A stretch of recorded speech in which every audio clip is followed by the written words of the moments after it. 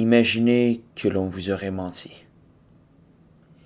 Imaginez que votre perception des choses avait été modifiée par une force extérieure. J'ai grandi au Québec, au Canada.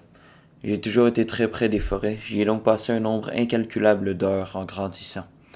J'y ai découvert toute la richesse de notre faune et notre flore, mais une chose m'échappe toujours.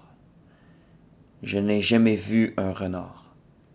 Certes, j'ai pu observer des vidéos, des photos et même des apparats qui tenaient en mesure le scientifiquement nommé Vulpes vulpes, mais je n'ai jamais réellement vu un renard. Puis je me suis rendu compte de quelque chose. J'avais autant de preuves de l'existence de cet animal que de celles de dragons, de sirènes ou de fées. C'est alors que la réalisation la plus importante de ma vie m'a percuté. Les renards sont des créatures mythiques. Je savais dès lors quel chemin je devais emprunter. Il serait ardu et plusieurs n'accepteraient jamais de m'y suivre. Le chemin de la vérité. J'entamais donc des recherches et découvris rapidement un complot beaucoup plus grand que ce que j'aurais pu imaginer. Les gouvernements, les scientifiques et les médias avaient déjà endoctriné la plus grande partie de la population. Vidéos, articles, documentaires, le mensonge était d'une ampleur sans précédent. Je me lançai donc dans la production de mon propre documentaire, pour amener une perspective qui trop longtemps avait été tenue sous silence à coups de censure. Mais je n'y arriverai pas seul. Première étape, je devais me trouver des alliés. Très vite, j'ai reçu un bon nombre de réponses à mon appel à l'aide et je commençais à conduire une série d'entrevues. Je crois effectivement que les gens ont trop tendance à accepter la nouvelle information sans la remettre en question. Par exemple, dans le cas des renards, si on tente d'observer l'évolution,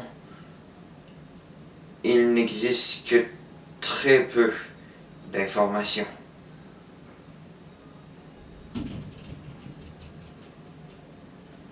Le chien descend du loup.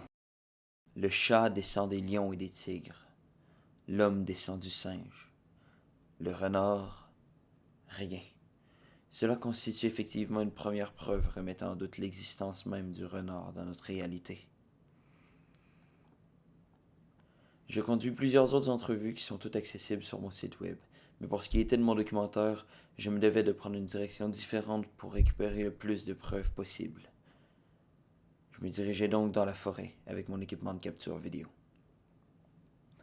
Durant une semaine, j'ai patienté, utilisant une variété d'appâts et misant surtout, tel un chasseur, sur la patience dans le but de pouvoir voir un renard.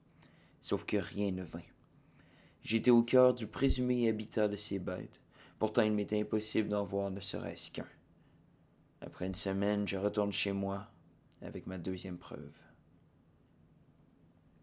Il ne me manquait plus qu'une preuve, la dernière pièce du puzzle de la vérité.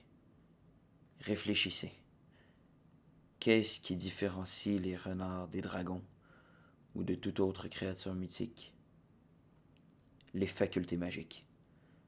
Je me mis donc à nouveau en mode recherche, dans le but de trouver quel pouvoir les renards avaient et qui allait à l'encontre des logiques de notre monde.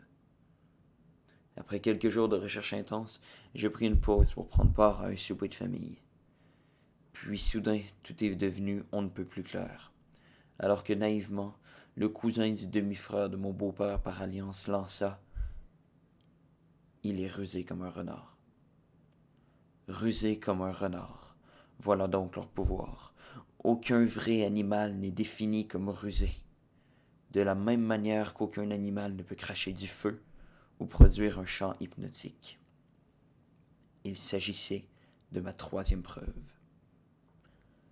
Maintenant, il revient à vous de partager cette vérité. Parlez-en. Faites vos propres recherches. Conservez toujours un doute. Le chemin de la vérité est ouvert.